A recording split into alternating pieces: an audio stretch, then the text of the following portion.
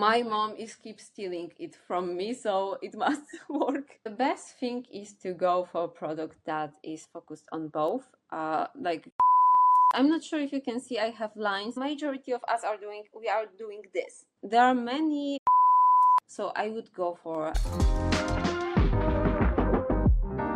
Hello, 안녕. This is Yuhee and Mina. from One Eye Beauty, the place to find out all the Korean beauty info in one eye. Welcome, Mina. Thank you for being with us today and doing the intro call out with me. Thank you so much for having me here. You are welcome. We are so pleased to have you with us. May I introduce you to our audience, Mina? Sure, go on. Mina is our very special guest today. She is a qualified cosmetologist, trichologist, and dietitian with over 5 years of experience in hair care and personal care marketing. And she now works as a cosmetologist and trichologist for K-beauty brands in Poland. Mina was also a picky expert who engaged in Q&A sessions as an esthetician. Anything else you'd like to add? I do have some knowledge on herbs as well, and phytotherapy, because that's also part of my studies, but I usually focus on cosmetology and hair care. Fantastic. You sound like the expert our audience will love. I gathered questions for this interview from our YouTube community, and most were about acne prone and mature skin. So we'll be deep diving into those concerns today. Would that be okay, Mina? Sure. Fantastic. Yeah. If you missed a chance to submit your question for this interview, don't worry. She'll be answering more in our brand new One Eye Beauty membership, which officially launched today. Yes, it is here. The doors to One Eye Beauty membership are finally open. Don't miss this chance to join as a founding member. Inside, you'll get an exclusive access to our skincare library with detailed skincare routines curated by Mina and myself, a private community space for ongoing support, plus weekly Zoom live calls with me and a monthly Q&A sessions with the skincare expert Mina. As a bonus, all founding members will have an exclusive chance to win the No. 9 Bio Lifting Essence and Mask. Sounds great! Join now as a founding member starting from just $5 a month. The link to join is in the pinned comment below. Let's now kickstart this interview, starting with the questions on acne. Like this is for any age, including mature skin with adult acne. So, starting with retinoids and acne treatments, we received many questions around this. But before we get into retinoids, let's start with retinol. So, Mina, is retinol effective for acne? Yes, it is. It helps with keratinization of the skin. Skin has layers. The lower layer is usually full of fresh cells. The highest level is usually rough because all the cells we have, they have to come from the lowest layer of the skin to the highest level. With time, they are starting to degrade. So it's normally that our skin is going to be more rough. We have the processes in our skin that helps us to remove all the dead cells. Like we clean our skin, so we remove a little bit of that skin cells with us cleaning the skin, but it's usually not enough.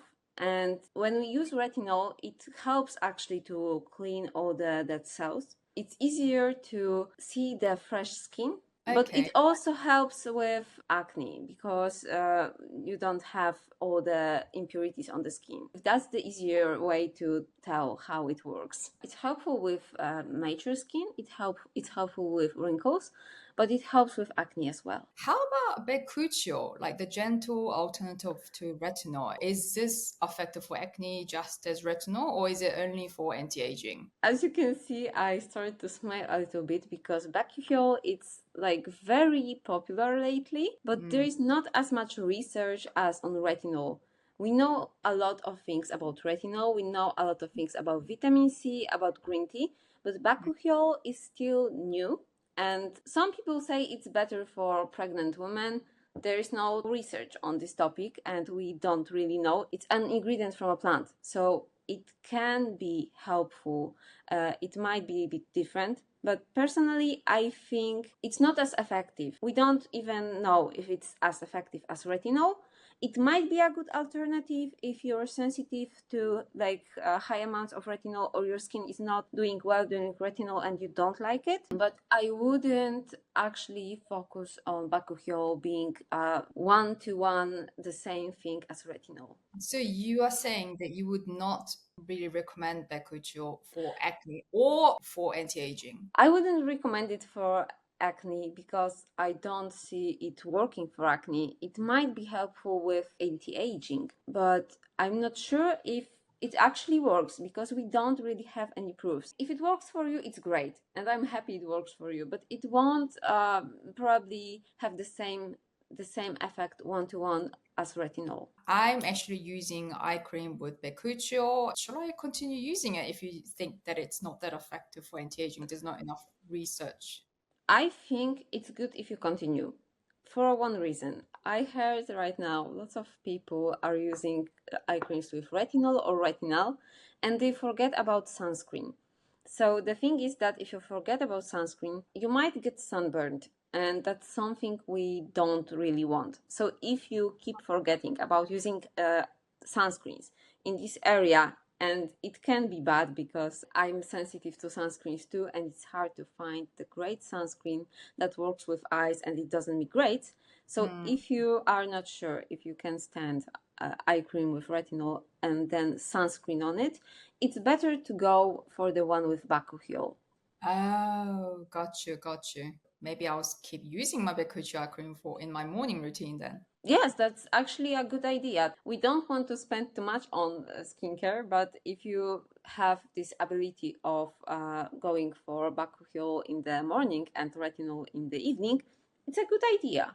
Now, moving to the next question, which is retinal versus granactive retinoid. So, which one should you choose as a sensitive user looking to upgrade from retinol? So I will use the name HPR for granactive retinol because usually when you see the shorter name for it right now is HPR, and lots of Korean brands actually go for this ingredient. So to be honest, for me, both retinol and HPR are great, but HPR is a new generation of retinoid. It has one advantage in comparison to retinol, because when you see like retinol or retinal, it has to go through steps before it becomes retinoic acid. So HPR doesn't have this long journey in front of itself. This short journey makes this ingredient less irritating for the skin. So for sensitive skin, HPR can be actually a better form. And right now in Korea, you can see lots of products with it, especially for pore care. I tried some of them myself, and to be honest, I'm not seeing that much in if it comes to pores, but I do see that it's helpful for skin. In terms of acne? Yes, I mostly focus on acne because my skin is mostly acne prone, but I'm joking that like in my age, collagen is decreasing because I'm over 30.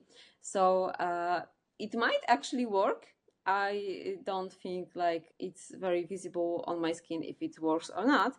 But people over 30 or more, they can see more effect with it than people in their late 20s or early 30s. If you've got sensitive skin and you want to upgrade from retinol, your answer will be go with HPR, which is granactive retinoid. Yes, or going for retinol. It all depends on what you prefer. My skin is sensitive. I usually go for retinol because it's my personal choice, but HPR is also a good option to consider. Moving to the next question, are there Korean products with prescription strength retin A, which is tretinoin? So the answer that's going to make a lot of people happy is that there is no tretinoin in products which you can get normally. You need a prescription for tretinoin. One of the dermatologists I watched, Korean dermatologist, recommended that instead of going for tretinoin, if you don't want a prescription, you might try this cream with retinol. I believe it's 0.1% retinol. It's called Dr.Different Vitalift-A Forte cream. So Okay. it might be a good alternative. I haven't tried myself maybe in the future, but it can be a good alternative if you're coming to Korea and you can't like bring your own product, or you don't know if you can get a prescription. It's also a good alternative to have. Now, moving on to hydration and acne balance. I keep saying hydration is so important for acne prone skin. How can one keep acne prone skin hydrated without clogging pores? So that's actually a really hard question because I deal with it myself. My skin is sensitive and acne prone. And especially during summer, I'm suffering because lots of creams are actually pretty heavy. There is no one product that will magically make your skin hydrated and unclogged. So the best thing to go for is to search for creams that have gel-like texture. It's actually something I always recommend when I'm working and when people are asking which cream is good for me. I'm always telling that for summer, go for the lighter texture. During winter, you might go for a more heavier texture, but not too heavy. If you go for oils, it's better to search for like olive oil or squalane, something like that.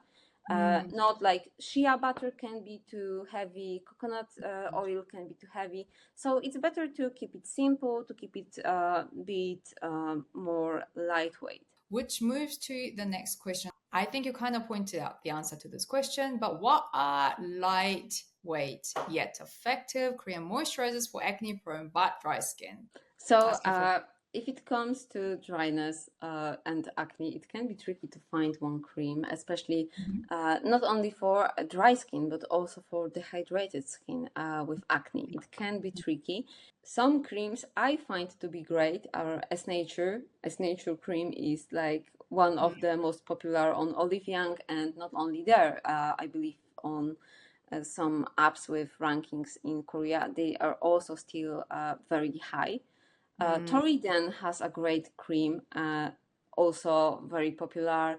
They are both these creams are quite lightweight.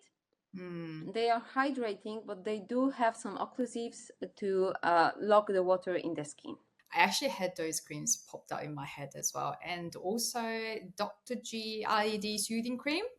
Yes, yes, I tried this one. It's good. Sorry for. Right, moving to azelaic acid and PAD, which is short for, I hope I'm going to say this correctly, potassium azelaic diglycinate. Diglycinate. Azelaic acid versus PAD. I'm not going to say its full name again. I'm just going to display underneath because it's too difficult to say. So the next question was: are both equally effective for acne?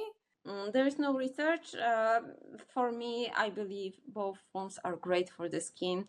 I have sensitive skin, but what I was taught during my studies lately is that if you have to choose between any acid for acne prone skin, sometimes it's better to go for azelaic acid than for salicylic acid, because like we know that salicylic acid love oil. It works more with like oily skin. It's better for oily skin than glycolic acid. But still, some skins, like some people use salicylic acid so often that their skin is getting a little bit addicted to this acid, and once you stop using it, the acne, like the breakout you get, might be heavy. Like for acne prone skin, azelaic acid might be better because it works with redness, and after all, skin with acne, it's nothing like acne is nothing else than inflammation. So we want to low down the amount of redness. We want to make skin like less irritated. So azelaic acid can be better for acne prone skin.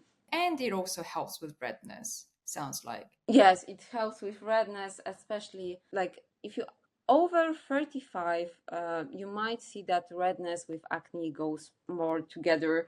Like lots of people have this issue with rosacea. So for this like skin, it might be better to go for azelaic acid than with any other acid in skincare. I think we have to mention one thing, because right now you can see products with azelaic acid from Anua or other brands. Keep in mind that azelaic acid in Korea is not available in a product just like we have in like Europe, in the States, that you go to any drugstore and you get Anua or other brand. In Korea, I believe it's only for prescription. So the Anua products that have azelaic acids are not available in Korea, but they are available outside. Can you mention which products they are? I believe Anua, 9less, and APLB or something like that. They have azelaic acid, but they're only available for outside. So in Korea, you won't find them. It's actually Anua's green serum with azelaic acid. I say green serum because it has green color, but it's I believe the full name is Anua azelaic acid 10 or 15%. It's not available in many shops. I only found them on few stores. It's a new release. I believe it was released like 1 or 2 months ago. So it can take a while before we can see it in many stores. So going back to the PAD, at what percentage is PAD as effective as 10% azelaic acid? Very specific here. Yes, so I don't have such information, and I'm sorry, because PAD is still a new form for me. But usually, if you go for acids, all acids below 10%, we consider them to be more hydrating, and acids above 10% are more exfoliating. So she gave an example. I think this this subscriber who asked this question found the product from Geek and Gorgeous, which has a 20% PAD serum, but mentions it contains only 6% pure PAD. What about products that list 3 to 5% PAD? Does that mean they contain very little PAD? I believe like just with this 20%, there are lots of products that have few ingredients, and it's more about the complex instead of one ingredient.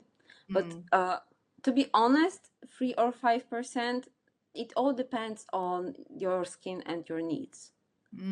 For some people, the 3 or 5% are going to be enough. Like, for example, I know lots of people using 20% of glycolic acid. I can't use it. I can't even use 7%. If I stick to 5%, it's good for me. 7 is already too harsh for me. But there are some people that can stand 20% and it's okay for them. Still, I wouldn't recommend to use very high amounts at home. Right, okay. So it's all down to individual. Yeah. Yes, yes. So the amount of acid you can tolerate is a very individual thing. That is pretty much answer to everything, really. Like what works best for your own skin is the best product for you, basically. Yes, we can't just hide the truth. Like every skin is different and has different needs. Definitely. So what's better for acne scars? Azelaic acid, vitamin C, or retinoids, or is there anything else you could recommend? At home, what I feel that works the best for acne scars, because it's also depending on how deep your scars are. I have some scars that are like, maybe you won't see here right now, but if I would like bring some camera that has this vision for skin, you could see the ice pick scars. Like they are like this when you have skin, like someone put maybe needle, and like you can see this type of like on the skin usually you see just a blank space, and like there's a scar. So for this type of acne scars, I feel like vitamin C is the best. Oh, Because after all, it boosts so many stuff in like so many synthesis of like collagen, of elastin, and many other things that are helpful for our skin. So I feel like this one is great, but something that's less popular, but I feel like it might start to be popular soon, is mixing retinol and vitamin C. It's a great combo. There are products with both Yeah. ingredients together, like Primera has. I tried their serum and it was really good. I wouldn't just mix retinol and vitamin C in routine on your own. It's better to get for a product that is made for being mixed.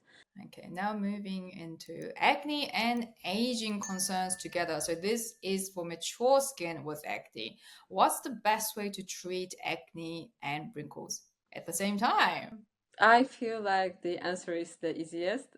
Retinol, retinal, or HPR. When you say gram-active retinoid, I think most people understand more.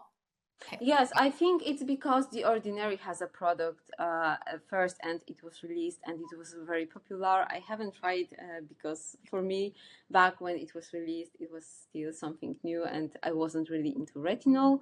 So I skipped the Ordinary phase on this one. Yeah, I actually do. That's one of my favorite serum from Oh, The do Ordinary. you recommend it? Is I it good? recommend, Okay, yes. I will But have to check it.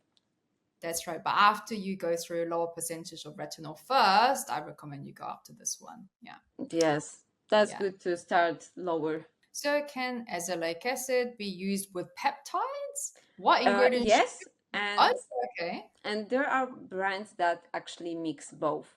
There is like no reason to like just stop using both. No, you can use both. They are really helpful. Like peptides are more about elasticity of the skin, wrinkles, while Mhm. azelaic acid is more about redness and more about maybe keratinization of the skin. So they can be mixed.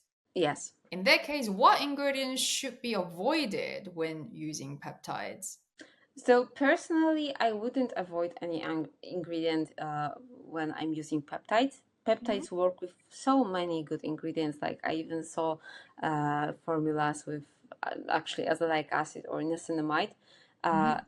Instead, if you had skin cancer or you have skin cancer, I would wait 5 years after being healed to use peptides. Right now, from at least what I know, and I believe lots of people in my industry would say the same, peptides are really could go with lots of ingredients. You have many, you have a variety of choice actually. So it's a versatile ingredient. Yes. Fantastic. And how does menopause affect acne and what skincare routine helps to balance it?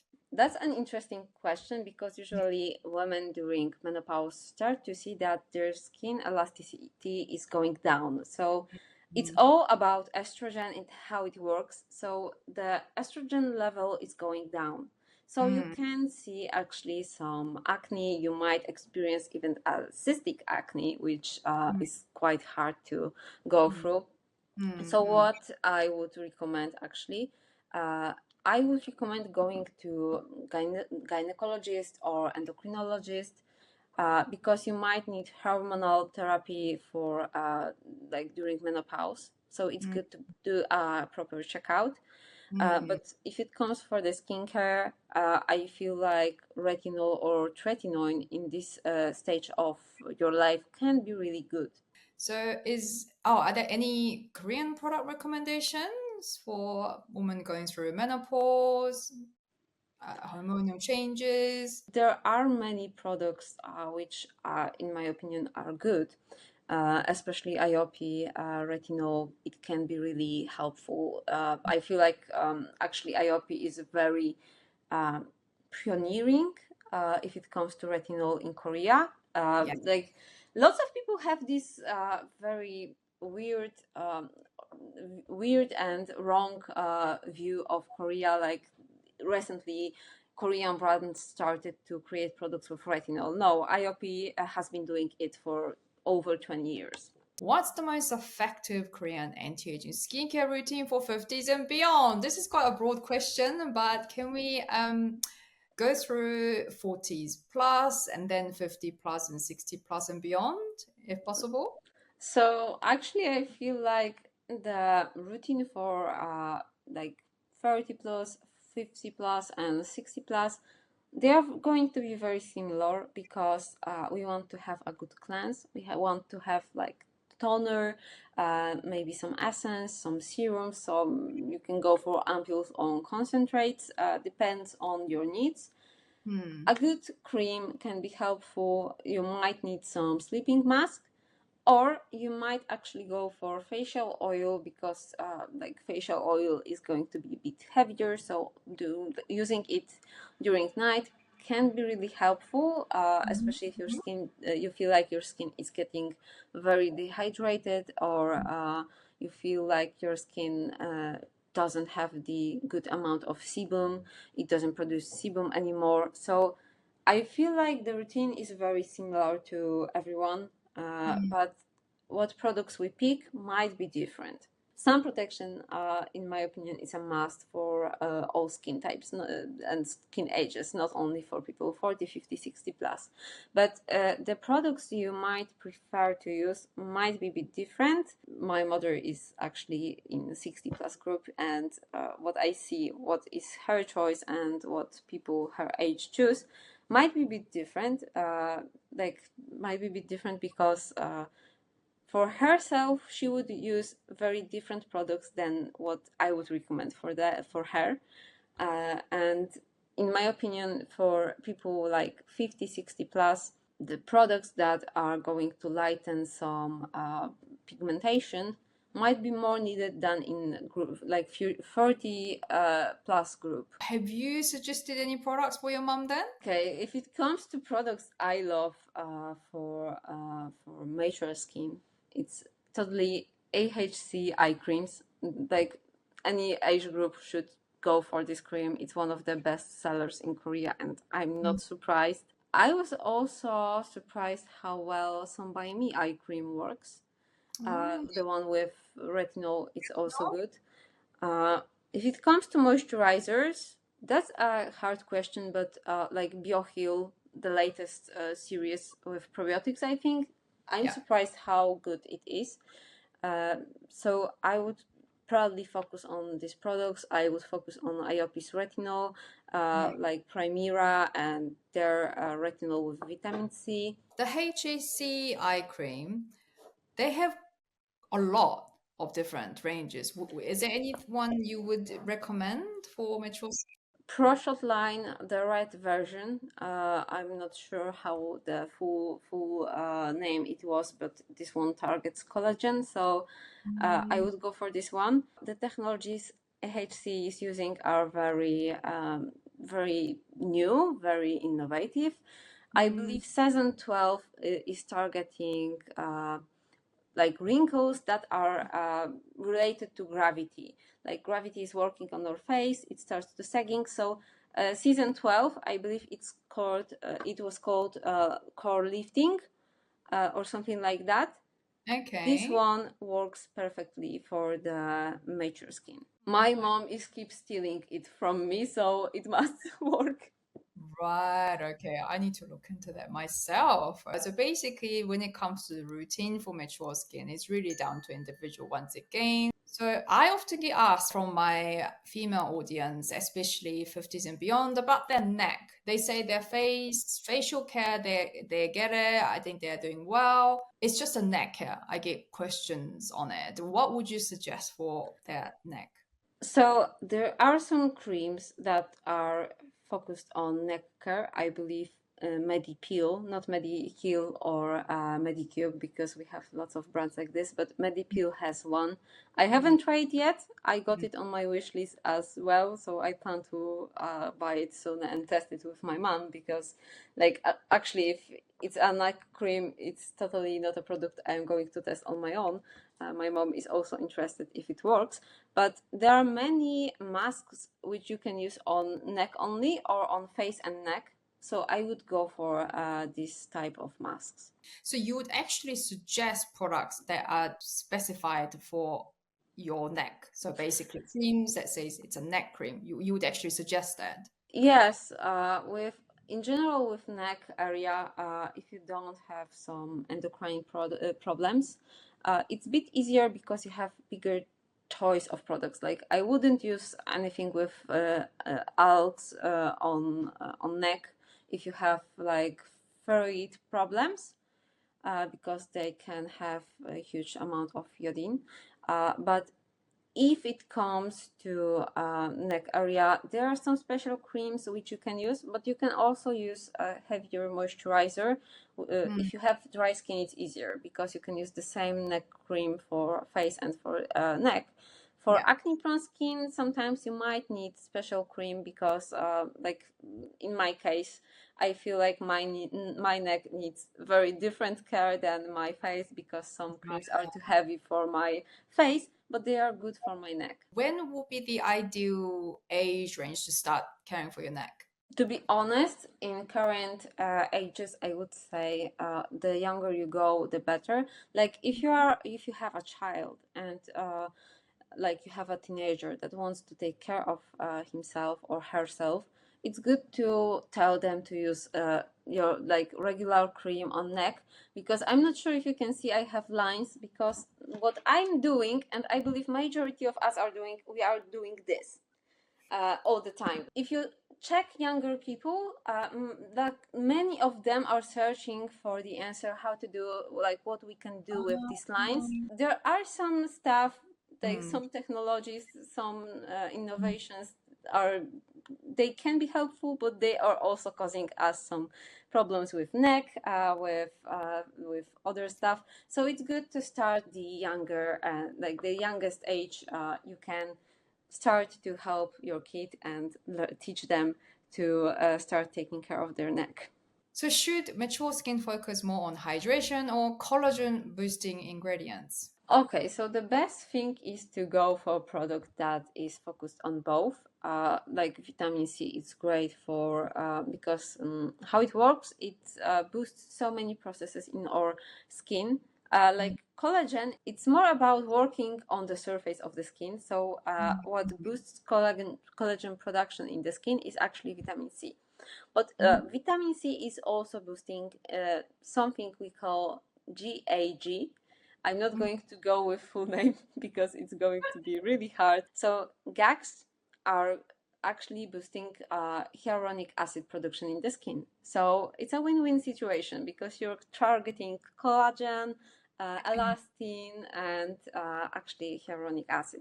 So there are products that are going to focus on both anti-aging and on hydration of the skin. Is it too late to start anti-aging skincare in your 50s or 60s?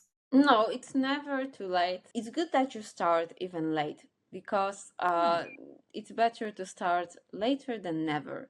So skincare is for everyone, and if you feel like, okay, I'm 60 plus, there's no reason for me to use the skincare anymore. No, it can be helpful for your skin barrier. And if you don't know, skin barrier is not only about like the skin. It's not only about wrinkles and other stuff. We have some cells in our skin that are related to immune system. We have some cells that are related to nerves. So it's good to keep your skin healthy even in your 60s, 70s, 80s, because it's also a part of your immune system. Next question is this. I actually want to find out this as well. Should I be using both peptides and retinoids for anti-aging? So both are really good for anti-aging, and you can mix them. Maybe I wouldn't use them in the same routine because if I use retinol, I want to go maybe some sandwich method, or just go a little bit like not trying to do too much actives the night I use retinol. But in the morning, you can use peptides. Okay. How about like retinol serum followed by a peptide cream at night? It shouldn't be a problem. Because that's what I do. If it's a Okay. good cream, it can be really helpful for your skin because like sometimes retinol can be a bit drying or a bit harsh for the skin. Now, hydration and barrier repair without heaviness. This person is curious about skin hydration. How can I increase and maintain hydration without a heavy feeling? Multiple layers of essence is really the best way to hydrate. You can do the few layers of toner or essence. Mm. It can be a bit expensive in my opinion. You can go quite shortly from essence. Maybe toner might cost less. Mm. But Mm. if you do use few layers of toner or essence, you still need some occlusives. So it's good to go for a good cream, or you Mm. can actually try maybe use oils like Squalane. It might be great for you. Still, Oh. yes, still I feel like in certain age, because usually we try to avoid oils. Some oils, if they are good for your skin type, because not every oil, like coconut oil doesn't go well with acne prone skin or with oily skin. But if you go for like olive oil and similar ingredients, it can be helpful. Still, like it can feel a bit heavy. Like for me, rose oil is great, but it won't work for everyone because it leaves this delicate, heavy feeling. But Mm. if once you wash your face during the morning, it should be like you should feel the difference, or even in a touch, you can feel the difference. Mm. There are many creams that are like the S.Nature I mentioned before. It's like a good balance between this hydration and occlusivity. So I Mm. feel like there are some products that are going to work, but Mm. everyone is different. For some Mm. people, this cream might be not enough, or it might be too much. So multiple layers of essences is not the only answer. No, no. It might be helpful, but also it might be drying if you don't remember to use some occlusive product like cream after the essence. So you kind of mentioned touched on this. So I smiled when you mentioned about facial oil. So are facial oils good for aging skin, or do they just sit on top? They do sit on top. They are more like, for me, they are more like occlusives. But what I find out that they can really help you. I was a teenager and Mm. I started to take care of my skin, and actually, rose oil helped me a lot with dehydrated skin. But it wasn't only about rose oil. I had a regular routine, and rose oil was a part of my evening routine. So I wouldn't be like, okay, I can only use oil and it's enough. It's Mm. more like another And product in your routine. which facial oils would you recommend for mature skin? So I'm not sure if Olivaria still, because it was a brand called Olivaria, I believe. It was a Korean brand with squalane oil, and I loved it. But I'm Mm. not sure if they still have it. I know that Purito has this oil, but Purito is doing through rebranding, and I know that they changed many products, so I'm not sure if they still have this oil or if they are coming back with this oil. I hope they will, because it was a great oil. Squalane oil sounds fantastic. Yeah. Yes, Uh, it's a great ingredient. Usually in skincare, we like it comes from olive oil. That's yeah. why I'm saying that olive oil is also good, because it's one of the sources of squalane. How about jojoba oil? That It's works. great too. Yes, this one should be actually good for all skin types. So you would recommend it for mature skin as well. Yes. So what's the best Korean moisturizer for mature skin that's lightweight but effective? So we kind of touched this for acne-prone skin. Now the mature skin, lightweight but effective anti-aging cream. So I like S.Nature, but I Mhm. know that in my age I might feel a bit different that people in like 40s or 50s.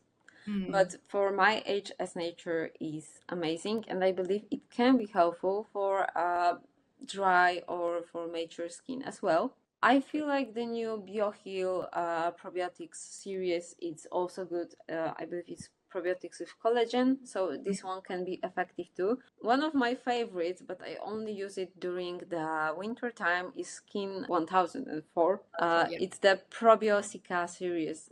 They have cream with ceramides. It's a bit heavy, but it's Mm. good. The entire Probiotica series, it's so good. I was surprised because it shouldn't work for my skin type, but it does work. And even my friends told me that the ampule is really good. let me just remind the audience again what skin type you have. You've got combination of acne prone. Yes, and sensitive. So I got great stuff to focus on because it's not an easy skin type to target. So this is an interesting one. So let's talk about Rejuven. So your opinion on Rejuven serum as well as the injected treatment. What's the difference between those two for anti-aging? Injective treatments are going to use deeper in the skin because like when you apply skincare, like our skin doesn't allow some bigger pieces of ingredients like collagen. It's a big molecule, so it won't go through the skin. Some brands like Innisfree are saying ultra low hyaluronic acid serum or toner, for example. It means that the molecule is so small that it should go through deeper layers of the skin, but it doesn't, like, smaller molecule doesn't always mean better molecule. It might cause some irritation too because it's smaller, and or like we have immune cells in the skin, so immune cells might get targets because of these small molecules going through like lower and lower levels. But definitely the injection is going to work differently. It's going to work better. Still, I feel like Rejuven is actually the brand that created PDRN. I believe it's a company that started with PDRN. So if you want a product with PDRN, I would go for their skincare products just because it was their innovative formula. Thank you so much, Mina, for this insightful interview. We've got some really good info there about all these solutions for acne prone skin, mature skin, and all great product recommendations as well. So thank you, Mina. Thank you so much for having me, and I hope the knowledge I shared today can be helpful for someone. Of course, it definitely helped me for sure. Mina is our dedicated skincare expert, guys, and she'll be answering all your submitted questions in our exclusive Q&A sessions inside the One Eye Beauty membership, which officially launched today. If you have more questions for Mina, now is the perfect time to join. Gain expert guidance from her and access to a growing library of detailed skincare routines for acne prone and mature skin, curated and continually updated by Mina and myself. And plus, you get our private community space for ongoing support, plus live group calls with me and Q&A sessions with Mina, just like this one. All this is now open for a limited time at a special founding members price starting at just $5 a month. Sounds too good to be true, right? Yeah. And as a special bonus, new members will be entered into a giveaway to win the viral number 9 sheet mask and essence. Have you tried these yet, Mina? I haven't, but I got them. I had to get them because when I saw the essence, the ingredients, I was surprised. It kind of reminded me of my favorite eye cream because it's also so innovative. So I thought, why not? And then I got sheet masks because I saw people loving them. Yeah. I got both to try as well, and the review on these products will be coming soon. All in all, this membership sounds too good to be true, right, guys? Join now. The link is in the description and pinned comment below. Thank you so much again, Mina. Anything you want to share with us before we let you go? Thank you so much for having me, and I can't wait to focus on Q&A sessions with you on the subscription mode. Fantastic. We'll see you in the exclusive One Eye Beauty membership, Mina. Guys, leave a comment below if you have anything to ask to Mina or myself. We would love to hear from you. Thank you so much for watching. Can you say 안녕, which is goodbye in Korean with me, Mina? Sure. Thank you so much. See you guys on One Eye Beauty membership. 안녕. 안녕.